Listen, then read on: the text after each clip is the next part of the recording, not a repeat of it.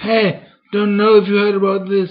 They executed Marvin Wilson in the state of Texas by lethal injection for killing a police officer in 1992 or so. But Marvin Wilson was mentally disabled.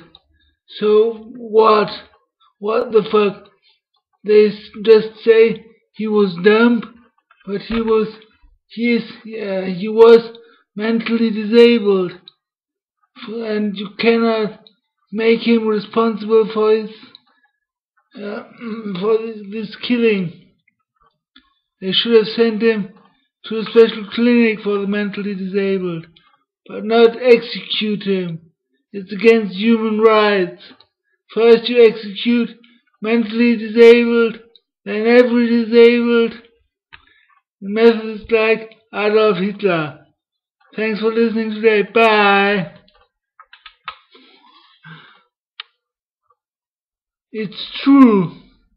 Think about it. Yeah. Bye.